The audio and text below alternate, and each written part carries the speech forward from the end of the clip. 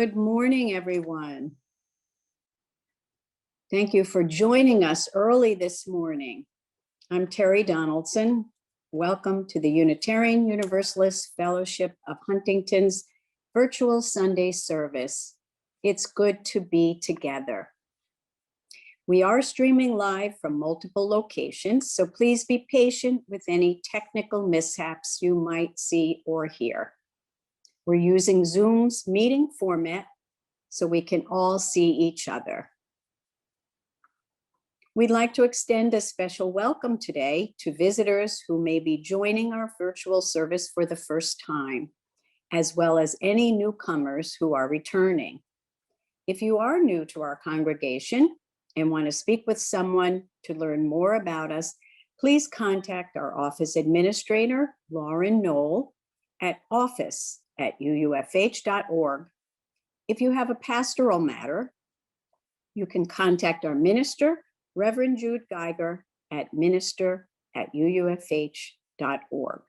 We'll put this information in the chat during the service as well. Know that whoever you are, whomever you love, and wherever you are on life's journey, you are welcome here. We have a few announcements this morning. The auction gala has moved to April permanently. The plans are made. The website is ready. Now we need your donations. You can go to the auction gala button on the UUFH website or to the flash for the link to the website. Then register and type in your item or items. Very easy.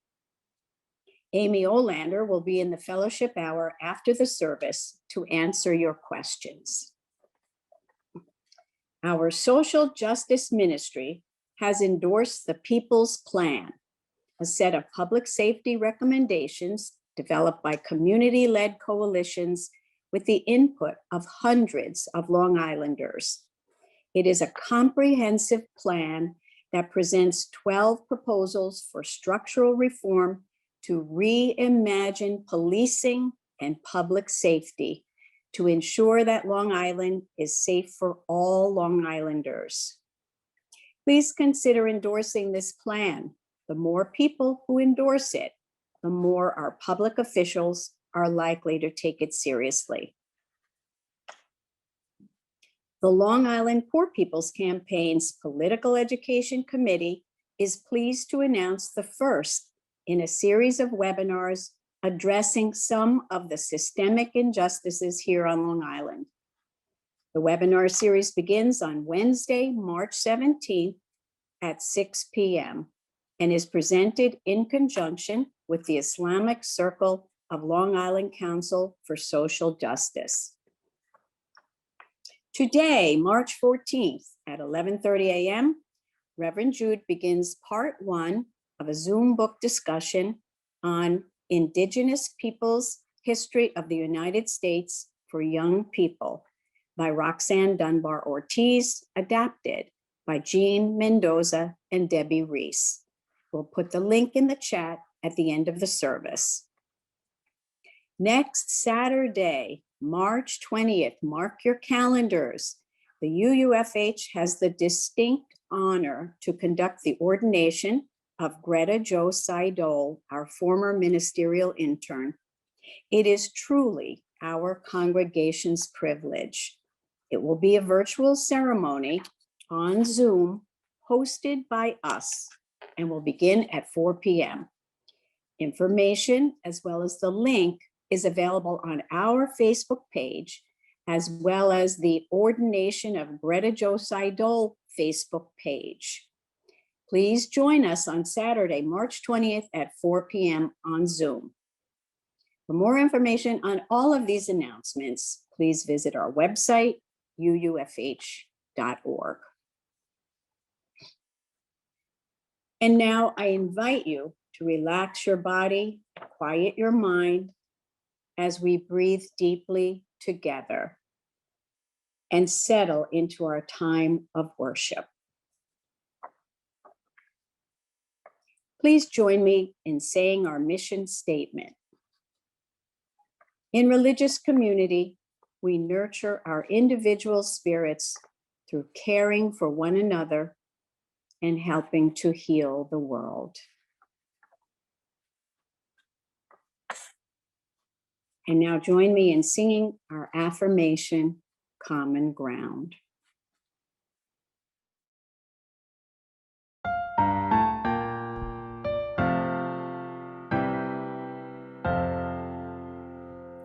On different roads we travel here to meet as one on common ground, to seek the truth with open minds, with loving hearts and helping hands.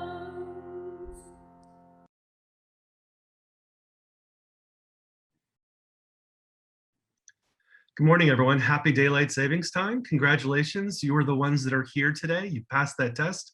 I imagine we'll have an influx of guests for the benediction as well. Our chalice lighting words this morning are from the Reverend Ian Rydell. Come, come, whoever you are. Do you hear that voice calling you, calling us? That voice which calls us together here today in this place made holy by our presence and by the sacred breath we share in our singing and speaking and silence. That voice which calls us to remember that we are not alone and that we are inextricably linked to all other life, woven into a vast tapestry of existence of which we are a powerful, integral, and holy part. And just as we have been called together here today, we act as the voice, the heart, the hands of another call. The call to walk with the wanderers, sing and dance with the worshipers, proclaim the memory of those who have taken their leave, wrap the despairing and the broken in the arms of love and community, and hold the hands of all of us who have broken our vows and call us back again and again to the covenant and work of justice, humility, and steadfast faithfulness. For this, we are here together today. So my friends, come yet again, come. Come, let us worship together.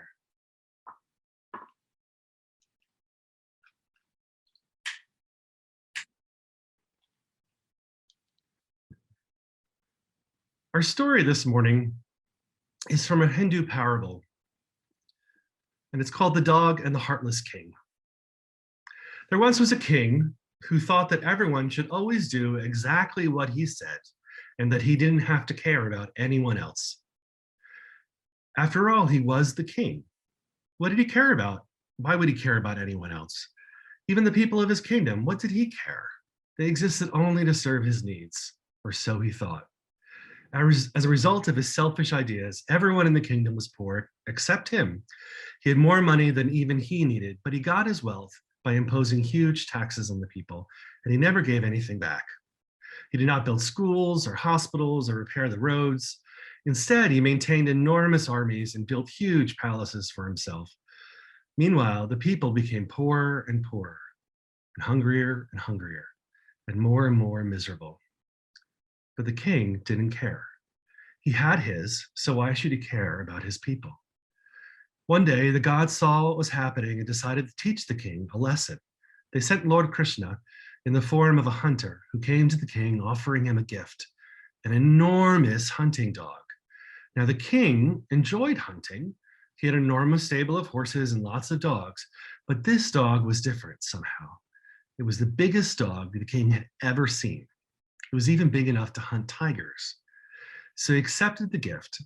As soon as the king accepted the dog, it began to bark. Now, this dog's bark was not an ordinary bark. It was so loud that it actually shook the palace walls, and it wouldn't stop barking. It barked, and no one could stop it. "What's wrong with your dog?" the king shouted to the hunter. "He's not my dog, he's your dog now," the hunter shouted back, "and he's hungry." "No problem," shouted the king, and he ordered the servants to bring as much food as the dog could eat. But no matter how much food was brought, the dog gobbled it up and continued barking. As you can imagine, the king was not happy. "Take your dog back and leave this kingdom immediately," the king ordered. "I can't. He's not my dog," the hunter replied. "Besides, I've been sent here by those who are greater and far more powerful than you. You're stuck with it." The king started to be frightened. What can I give the dog to satisfy him? Only one thing will satisfy this dog, said the hunter. So long as its enemies are loose in the kingdom, it will be hungry and will keep barking. No problem, said the king. Who are his enemies? His enemies are those who keep the people of his kingdom hungry. They're those who are taking most of the kingdom's food and don't leave enough for the people, parents and children, the elderly, the sick. They are those who take all the people's money and do nothing with it. The children cannot learn in school, for there are no schools. The sick simply die in the streets because there are no hospitals.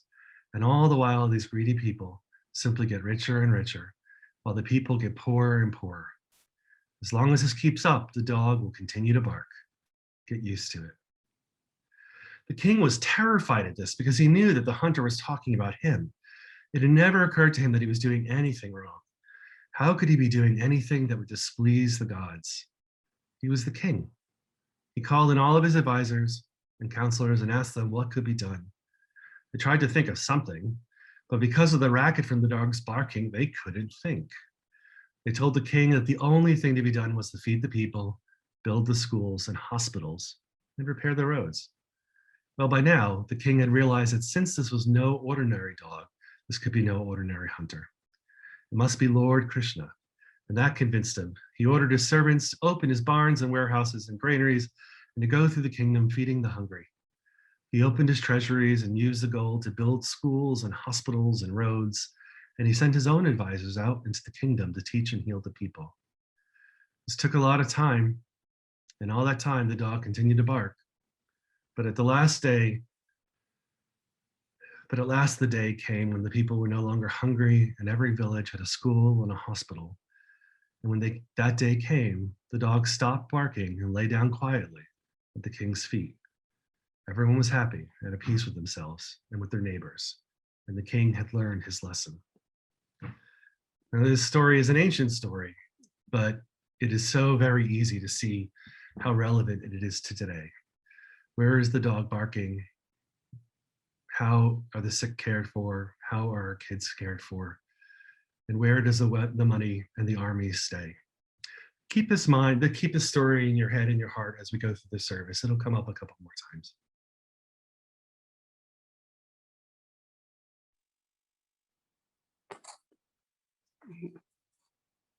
Our first reading this morning is entitled The Chalice of Our Being by Reverend Gilbert.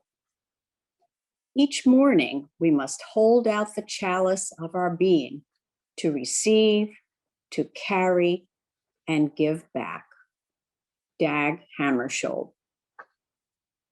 Each morning, we hold out our chalice of being to be filled with the graces of life that abound.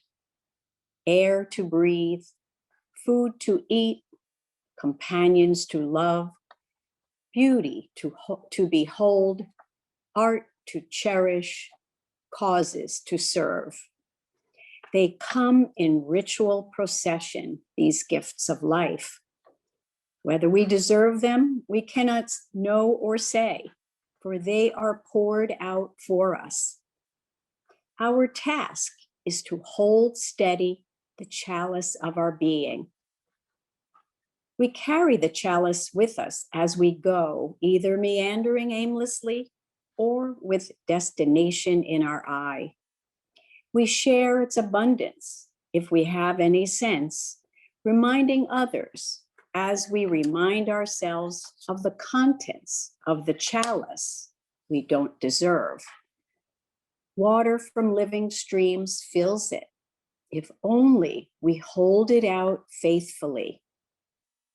We give back, if we can, something of ourselves, some love, some beauty, some grace, some gift. We give back in gratitude, if we can, something like what is poured into our chalice of being for those who abide with us and will follow.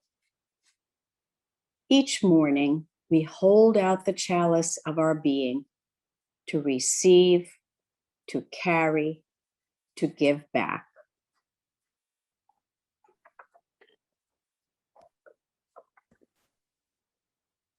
I invite us all to sing Spirit of Life with our virtual choir. Following the song, we'll enter into a time of silence and then prayer. As you participate at home, remember that it's not about the perfection of silence, but the intention. Join with me in singing now.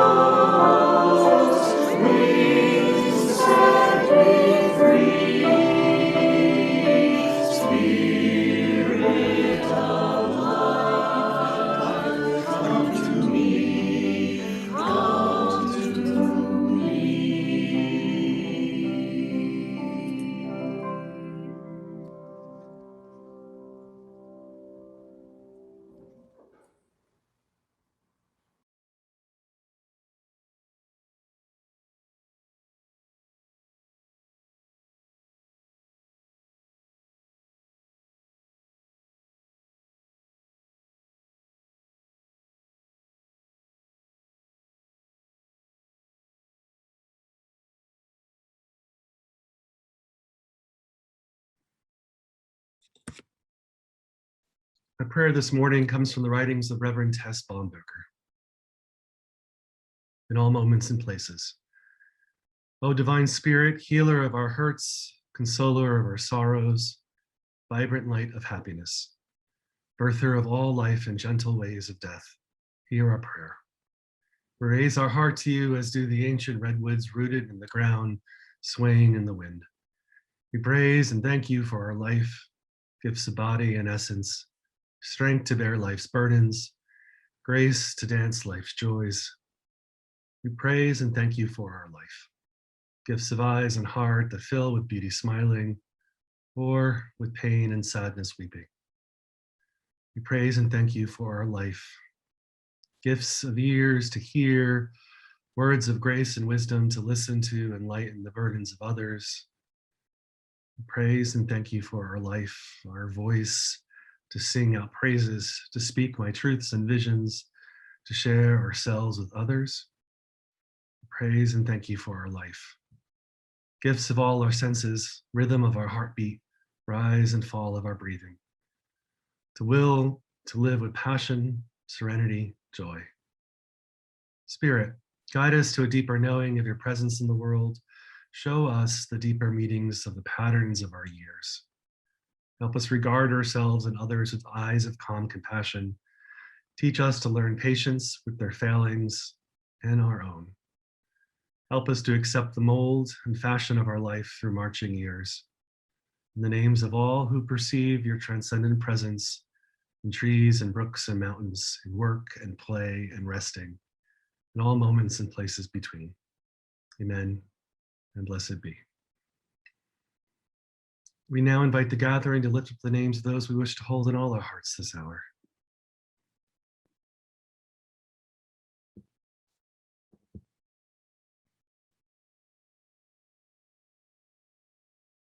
Michael, Gary, Naomi, Don, Sue, Aaron, Katie, Gary, Tom and Thomas, Jacqueline, Jesse, Diane, Lenny, Connie, Rose, Jeff and Jessica, Tom, Mary and Eric, Earl and Martha,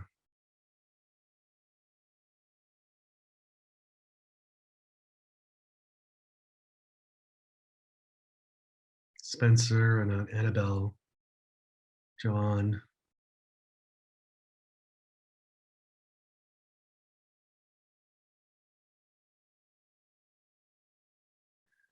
for all these names spoken aloud, and for all those that are written silently on the tablets of our hearts, we pray.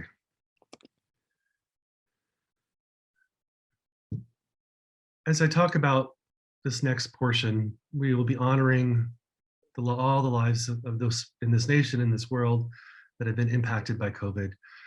I can hear Lord Krishna's giant hunting dog barking at the enemies of the nation. A year ago this week, we closed down our Sunday services in person. It was the wisest thing that could have been done. We did not yet know what we did not yet know. That decision of the board saved lives. I know that by around that time, at least half a dozen of our own members had contracted COVID. I could not imagine what would have happened if we had one more in-person service before we realized.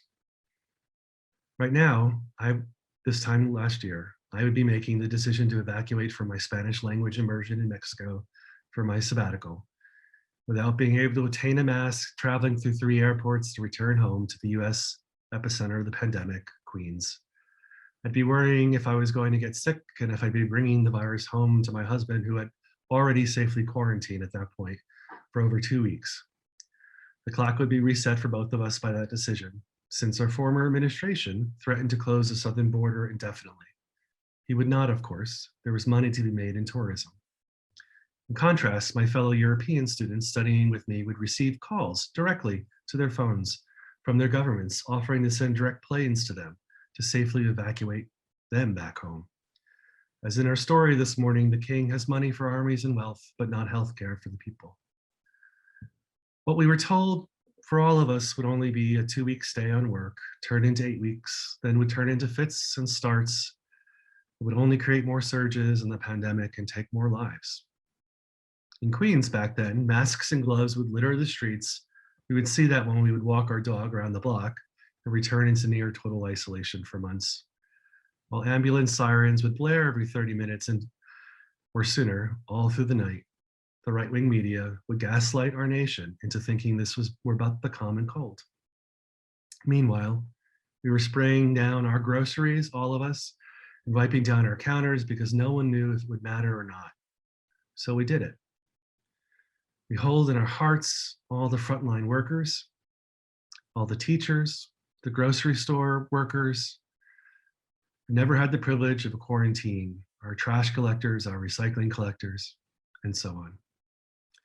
All the students that have had to adapt to the most overwhelming trauma, and their parents who are having to adapt to that adaptation. We hold all that in our hearts. As of this morning, there have been 29.4 million known cases of COVID in the US alone, 120 million worldwide, and 525,000 dead from COVID specifically in the US alone. Though we know not how many more died from other maladies that otherwise would have lived if it were not also for having COVID. We pause now at this 1-year mark to honor all the dead and the survivors of this pandemic. On January 20th, during the national service to commemorate the then 300,000 dead, you congregations across the nation ring bells at night. The Reverend Lee Allison Bagzula created this meditation for this commemoration. Please join with me now in 3 minutes of a listening meditation.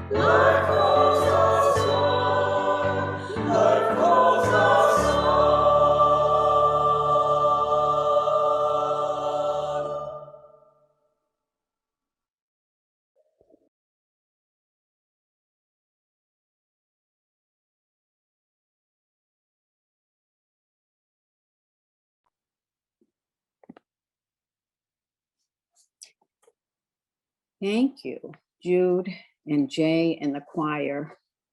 That was very moving. And now it is my pleasure to invite our own Helen Boxwell, founder and executive director of H2 Empower, our split plate charity of March. Helen has been a member of UUFH for 30 plus years and an active member of the social justice ministry. H2 Empower has focused their efforts on education and sustainable development in Ethiopia and Burundi for the past 15 years. Among their efforts have been creation of libraries, classrooms, and input of water into the public schools. Some of our UUFH members have traveled with Helen to Ethiopia and Burundi and have volunteered their services in schools. And now Helen will share a few words about H2 Empower to inspire your giving. Good morning. First, I want to thank the fellowship for your constant support of H2 Empower and our work in Ethiopia and Burundi. You've helped us build a community library and computer center. You can see the children in a slide.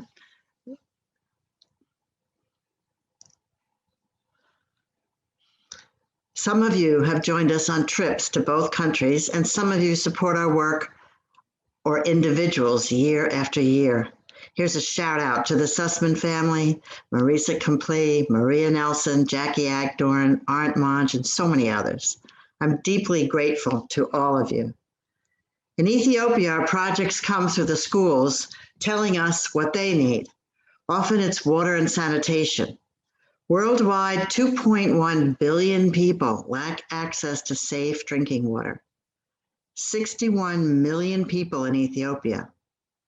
In rural areas, the children or women of a family walk up to 3 hours to find a water source, which is often contaminated. This kind of water is the main cause for illnesses like diarrhea, bilharzia, or typhoid fever, especially life-threatening to children. These keep children out of school, and millions get sick or die of waterborne diseases every year. There are no daily showers or hand washing. How do you clean the dishes or clothes? Often we see sights of girls like this girl taking water from a mud puddle and then bringing it home. I'll never forget being in the library and going by the water fountain. It was shut off. The guard saw I wanted water and ran to open it. I washed my hands, and some children ran over to drink and drink and drink. They were washing their faces and filling empty water bottles and getting so crazed. And the guard was trying to hit them because they were so excited. I stopped him and said to the principal that we had to open the water for them. They keep it closed because they have to pay for the water and don't want the kids to play in it. But the children were so not only excited, but so needy, obviously, for this little drop of water. He saw the need and promised to open it at recess every day, saying, water is their right. I was told they are still opening it up daily for the children. We can keep these children healthy by providing potable water and clean sanitation. We're fortunate because we don't have to dig a well, which is very expensive. We just have to connect to a main pipe. We're putting this water into a school and permanent sanitation for 1,500 girls in a primary school that has 3 shifts, including night school for those that work. Now they only have 3 very old stalls. There will be a changing room for older girls as well. You can help these eager and bright children stay healthy and stay in school. Thank you very much for your constant generous support and caring. Your gift will have a permanent impact on thousands of girls in Hosanna, Ethiopia.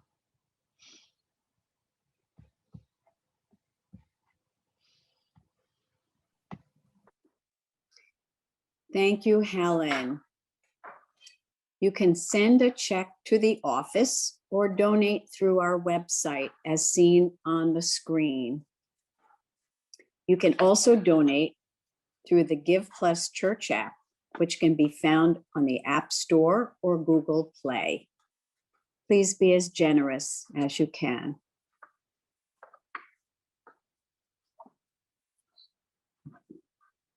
Our second reading this morning is entitled, What the Clamorings For? By Reverend Tracy Robinson Harris.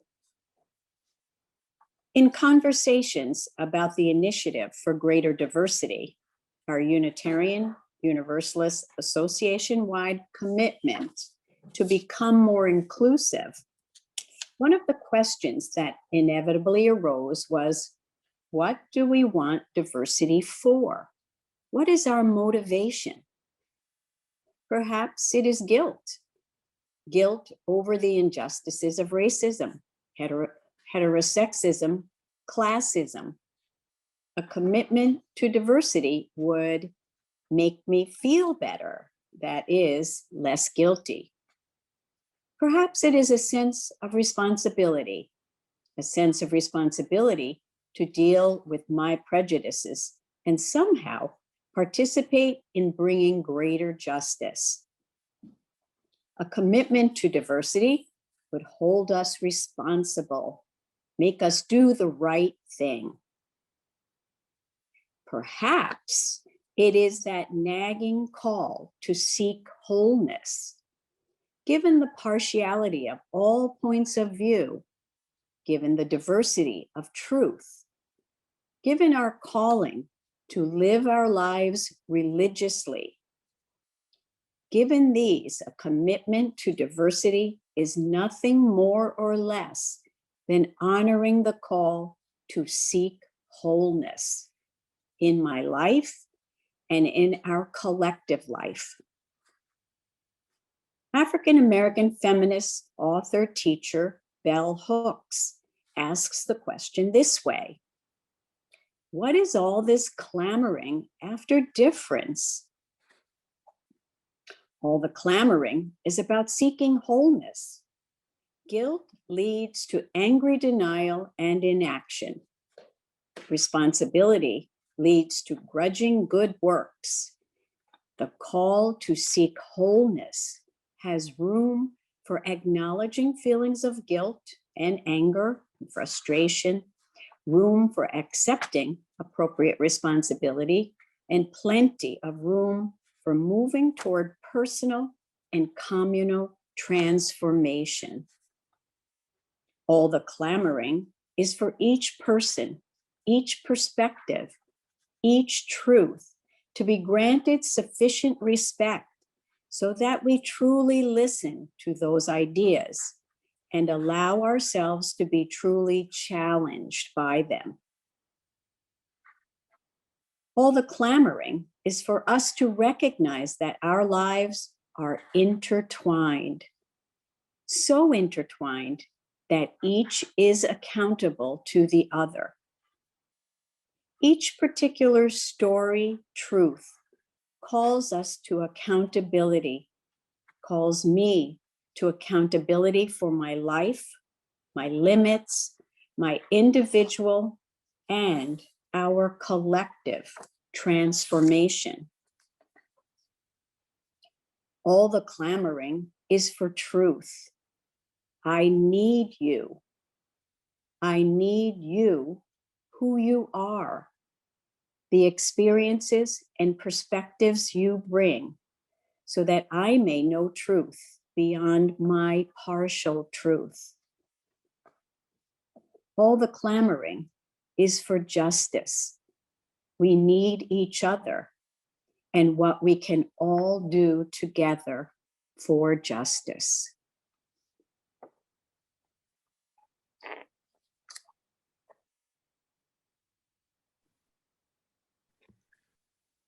Thank you, Terry.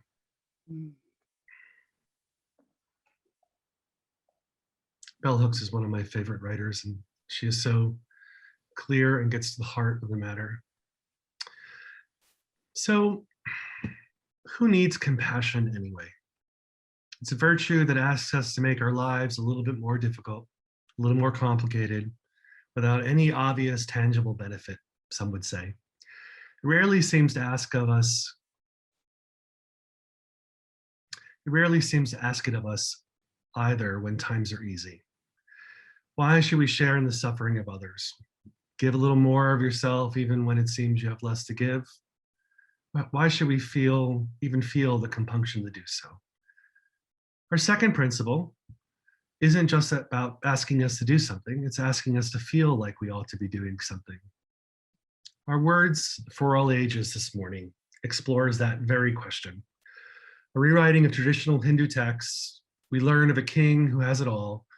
There was once a king who thought that everyone should always do exactly what he said, and that he didn't have to care about anyone else, even the people of his kingdom. What did he care? They only exist to serve his needs, or so he thought. We all know that king from time to time, from generation to generation. Never goes away, just the new face. Hoarding all the wealth of the people, he closes the coin away, and along with it, the prosperity of his kingdom. With its lack of use, schools, hospitals, home, and hearth all suffer.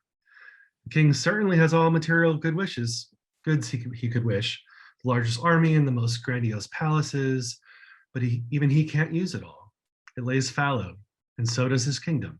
So does the hope for something more. Like last week, our story revolves around the actions of a trickster figure, this time Lord Krishna. The wider stories of Krishna appear across a broad range of Hindu theological and philosophical traditions. He appears in these stories in various guises as prankster, model lover, godchild, divine hero, or sometimes the supreme being. In our story this morning, he may be divine, but he's also a hero of a sort, and certainly a prankster, a trickster figure. In a brilliant play, he feeds the voracious king yet another gift, this time the largest hunting dog the king has ever seen. Only the dog has the propensity for food as the king does for wealth. When asked to take the gift back, Krishna refuses. I can't, he's not my dog. Besides, I've been sent here by those who are greater and far more powerful than you. You're stuck with it. Essentially, this is your situation, your problem, and you need to live in it. There's no one else who's going to live it for you. This hunting dog is a giant-sized emblem of anything we turn into a problem in our minds. There are actual issues going on around him, like hungry people, poor schools, and raging wars. But the king is focused on the problem he's created for himself. One giant, loud, hungry dog. How often are we that king in our own lives? Instead of acting to resolve the pain in and around us, we fixate on thinking about issues that we've generated for ourselves. In that way, we might be able to relate to the character of the king in the story. His actions are very normal human things to do and probably a little insane. And I can't help by reading this story again in light of all the pain and suffering this past year of COVID that could have been avoided if we just fed the needs of that dog that was warning our nation of its enemy. I feel that the giant hunting dog in the story, though, is also a practical answer to the questions I posed earlier that ask why should we share in the suffering of others?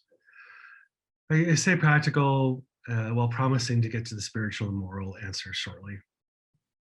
If we understand compassion to mean a feeling of deep sympathy and sorrow for another who is stricken by misfortune, accompanied by a strong desire to alleviate the suffering, then showing compassion is simply outwardly recognizing the inward truth. Whether we're aware of it or not, we suffer along with the suffering of the people around us.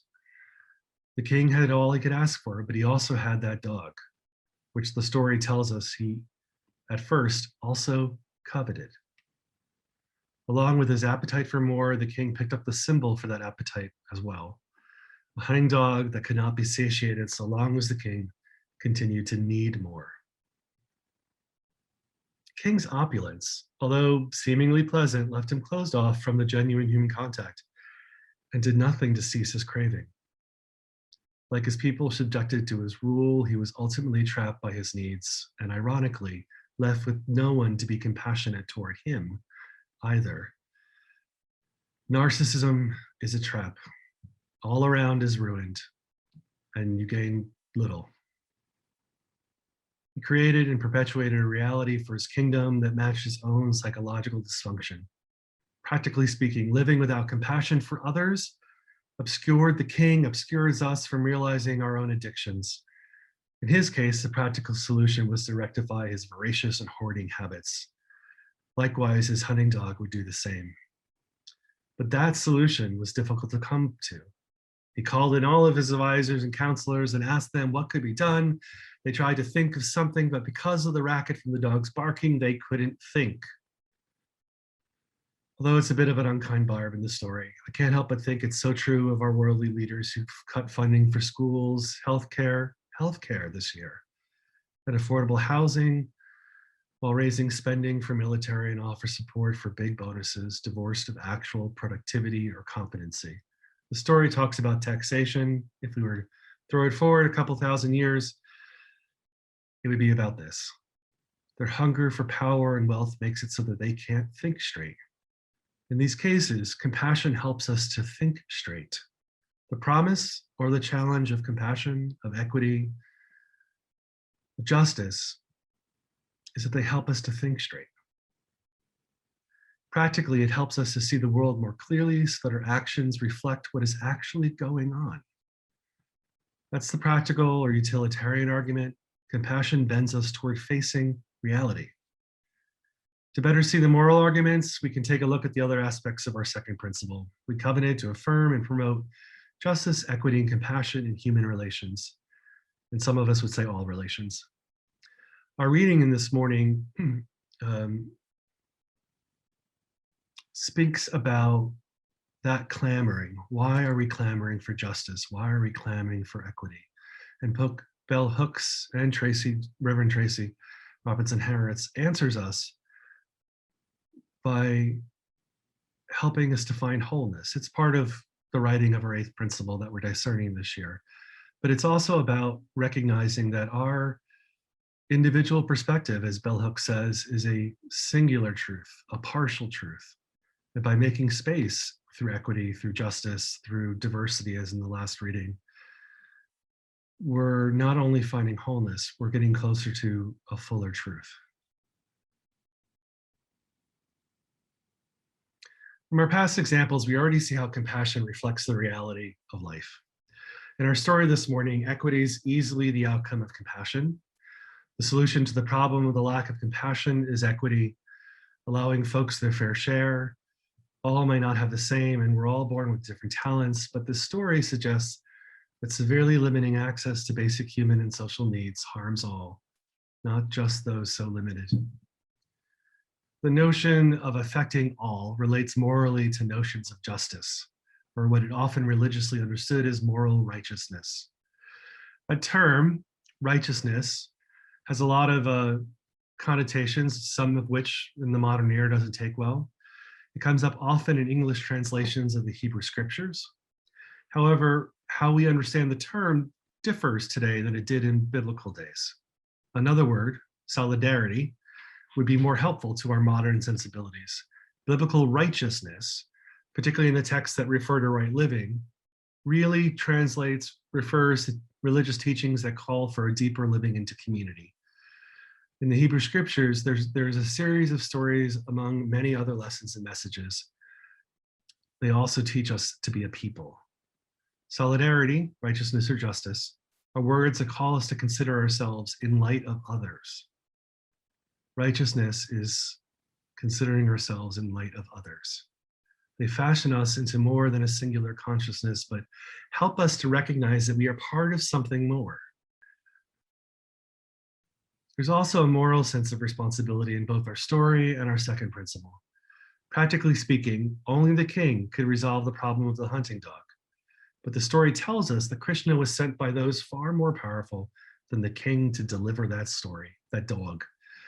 Whatever we see those forces as, the story tells us that something beyond the king has put this responsibility squarely on his shoulders to bear.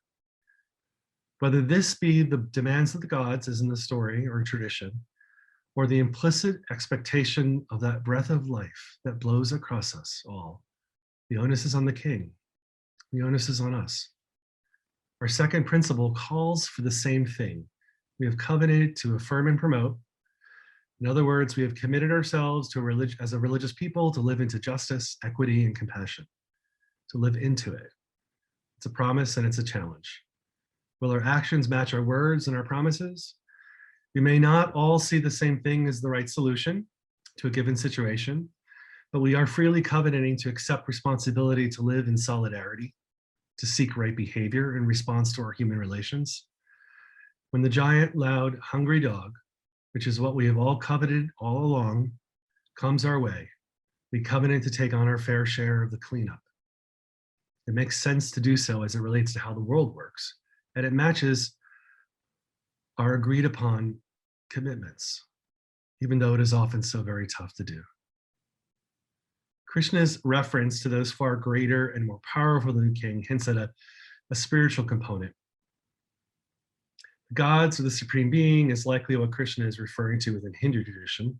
It's also a marker for the reality that the world is not about only us. That's the fulcrum point to spiritual action. Even when it seems like what's happening in the world is all about us, it's not. We may be involved, but we're never in the spotlight, except only in our mind. And when our mind tells us that, it's a lie. So if opening up to the beyond me is the spiritual trajectory, what's the spiritual course of action or our next move? Our reading, our story this morning offers a spiritual argument as well. The resolution to the story of the dog and the heartless king is that when that day came, the dog stopped barking and lay down quietly at the king's feet. Everyone was happy and at peace with themselves and with their neighbors. I love it that the story tells us that everyone was happy and at peace with themselves first, then with their neighbors. So often we seek to remedy internal disquiet by projecting it out onto the world around us. In those fantasies, we need to fix others first, knowing that we can't really fix anyone else. We don't have the power to ever do so. Aren't we just delaying real change? We'll never get to changing our actions if we forever wait for our others to do so first. So maybe a little bit of showing compassion starts with showing compassion to ourselves first. So we talked a little bit about that last week. It's a progression from last week's sermon on our first principle, particularly in how it relates to self-worth. Compassion can be a remedy for a lack of self-worth. Again, if we ought to show it to our others, we ought to show it to ourselves. In fact, our story suggests that all the world's solutions originate from self-transformation. Dalai Lama has a quote that says, if you want others to be happy, practice compassion. If you want to be happy, practice compassion. For me, justice, equity, and compassion are expressions of love. My personal theology, as we come to a close of this service, is love-centered. That is to say, God-centered for me. I find the sacred in expressions of love, and those expressions lead me toward the divine. They help me to be more present. Christian theologian Carter Hayward, she writes that love is a choice, not simply or necessarily, love is a choice, not simply or necessarily a rational choice, but rather a willingness to be present to others without pretense or guile. Love is a conversion to humanity, a willingness to participate with others in the healing of a broken world and broken lives. Love is the choice to experience life as a member of the human family, a partner in the dance of life. She's got it right. Love, that which I would call the promise of justice, equity, and compassion, return us to being human. They situate us as a people. We're not widgets or cogs to further production. We're not inherently flawed or evil, and thereby destined to worsen the quality of life of those around us. And most importantly, we're not alone. Amen, and blessed be. We extinguish this chalice, but not the light of truth, the warmth of community, or the fire of commitment. These we carry in our hearts until we are together again. For those who see God, may God be with us. For those who embrace life, may life return our affections. For those who seek a right path, may a way be found and the courage to take it step by step. For this is the day we are given. Let us rejoice and be glad in it. Amen.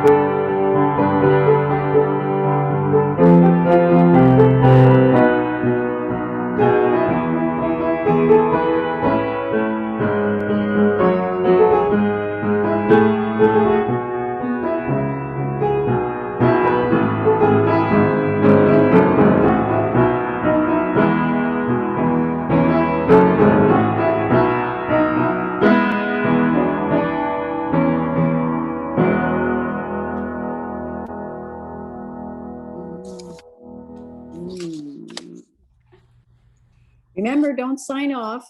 You can stay on and join us in a few moments for some informal gathering at our fellowship hour right here on the same Zoom link. Please enjoy this beautiful day. If chilly, it is sunny.